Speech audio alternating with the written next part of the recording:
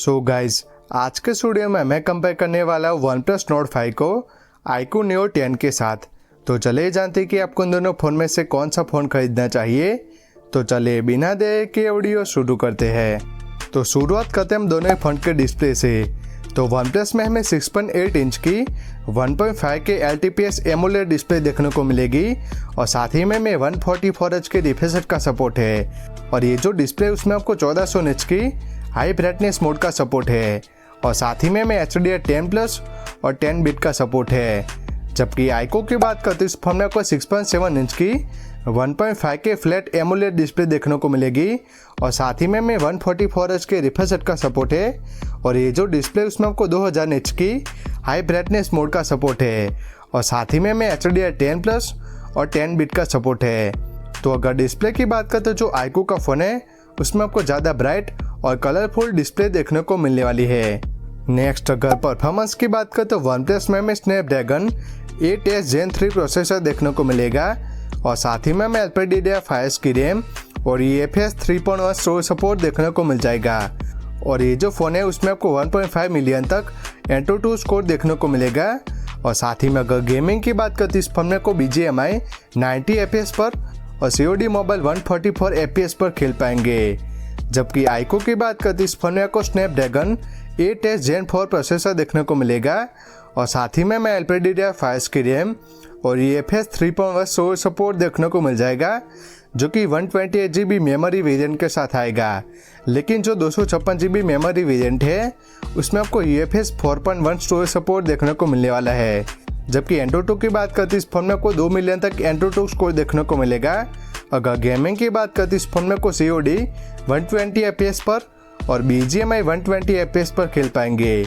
तो अगर परफॉर्मेंस की बात करते हैं जो OnePlus का फ़ोन है उसमें आपको स्मूथ UI एक्सपीरियंस देखने को मिलने वाला है। लेकिन जो iQOO का फ़ोन है उसमें आपको बेटर गेमिंग देखने को मिलने वाली है। नेक्स्ट अगर UI की बात करें तो OnePlus में हमें OxygenOS देखने को मिलेगा, जो कि Android 15 पर बेस्ड है और साथ ही में हमें 4 साल के मेजरOS अपडेट और 6 साल के सिक्योरिटी अपडेट देखने को मिलने वाले हैं।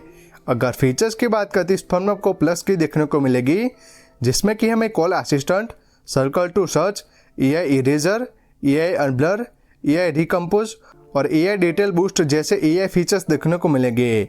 जबकि iQOO की बात करते इस फोन में आपको फंटर चॉइस देखने को मिलेगा, जो कि Android 15 पर बेस्ड है और साथ ही में हमें 3 साल के मेजरOS अपडेट और 4 साल के सिक्योरिटी अपडेट देखने को मिलने वाले हैं।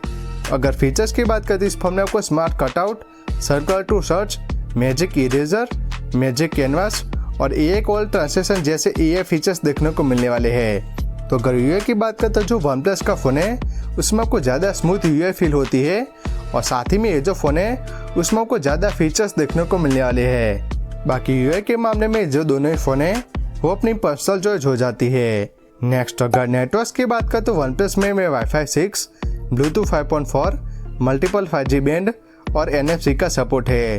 जबकि iQOO की बात करते इस फोन में आपको Wi-Fi 7, Bluetooth 5.4, multiple 5G band, NFC और IR ब्लास्टर का सपोर्ट है। तो अगर नेटवर्क की बात करते जो iQOO का फ़ोन है उसमें आपको एक्स्ट्रा IR ब्लास्टर का सपोर्ट है, जिससे कि आप इस फ़ोन से रिमोट की तरह किसी भी इलेक्ट्रॉनिक आइटम से इस फ़ोन को यूज़ कर पाएंगे। नेक्स्ट अगर बैटरी की बात करें तो OnePlus में हमें 6800 mAh की बैटरी और 80 वाट के फास्ट चार्जिंग का सपोर्ट है, जिससे कि ये जो फ़ोन है अराउंड 50 मिनट में फुल चार्ज हो जाता है। जबकि iQOO की बात करते इस फोन में आपको 7000 mAh की बैटरी और 120 वाट के फास्ट चार्जिंग का सपोर्ट है, जिससे कि ये जो फ़ोन है अराउंड 40 मिनट में फुल चार्ज हो जाता है। तो अगर बैटरी की बात करते जो iQOO का फ़ोन है उसमें आपको आराम से 2 दिन तक का बैटरी लाइफ देखने को मिल जाएगा और साथ ही में ये जो फ़ोन है वो ज़्यादा जल्दी चार्ज भी हो जाता है। तो बैटरी के मामले में जो iQOO का फ़ोन है वो OnePlus के मुकाबले काफ़ी अच्छा परफॉर्म करता है। लास्ट अगर कैमरास की बात करें तो OnePlus में हमें 50 MP का मेलेस विथ OIS, जिसमें कि हमें सोनी LYT700 सेंसर देखने को मिलता है और दूसरा 8 MP का अल्ट्रा वाइड लेंस है और सामने की तरफ 50 MP का सेल्फी कैमरा देखने को मिलेगा और साथ ही में आप सारे लेंसेज से 4K 60 FPS तक वीडियो रिकॉर्डिंग कर पाएंगे। जबकि iQOO की बात करते इस फोन में आपको 50 MP का मेन लेंस विथ OIS, जिसमें कि हमें सोनी IMX882 सेंसर देखने को मिलता है और दूसरा 8 MP का अल्ट्रा वाइड लेंस है और सामने की तरफ 32 MP का सेल्फी कैमरा देखने को मिलेगा और साथ ही में आप सारे लेंसेज से 4K 60 fps तक वीडियो रिकॉर्डिंग कर पाएंगे। तो अगर कैमरास की बात करते हैं जो वन प्लस का फ़ोन है उसमें आपको कलरफुल फोटोज़ देखने को मिलने वाली है, लेकिन जो आईक्यू का फ़ोन है उसमें आपको नेचुरल फोटोज़ देखने को मिलेगी और साथ ही में आपको बेटर पोर्ट्रेट फोटोज़ देखने को मिलेगी। बाकी वीडियोस की बात करते हैं जो आईक्यू का फ़ोन है उसमें आपको बेटर वीडियो रिकॉर्डिंग कर पाएंगे। लास्ट अगर प्राइसिंग की बात करें तो वन प्लस नोट 5 की जो प्राइस है 8GB रैम और 256GB मेमोरी के साथ 32,000 से शुरू होती है, लेकिन ऑफर्स के साथ आपको 30,000 में देखने को मिल जाएगा। जबकि आईक्यू न्यू 10 की बात करें तो 8GB रैम और 128GB मेमोरी के साथ 32,000 से शुरू होती है, लेकिन ऑफर्स के साथ आपको 31,000 में देखने को मिल जाएगा। तो अगर ओवरऑल बात करें तो मेरे हिसाब से जो वन प्लस का फ़ोन है उसमें आपको स्मूथ यूआई एक्सपीरियंस और साथ ही में आपको कलरफुल फोटोज़ देखने को मिलेगी, लेकिन जो आईक्यू का फ़ोन है उसमें आपको better display, better performance, better battery life और साथ ही में आपको बेटर कैमरा सेटअप देखने को मिलता है। तो अगर आपकी मेन प्रायोरिटी यूआई एक्सपीरियंस है तो बेशक आप वन प्लस की तरफ जा सकते हैं, लेकिन अगर आपको ऑलराउंडर पैकेज चाहिए तो बेशक आप आईक्यू न्यू 10 की तरफ जाइए।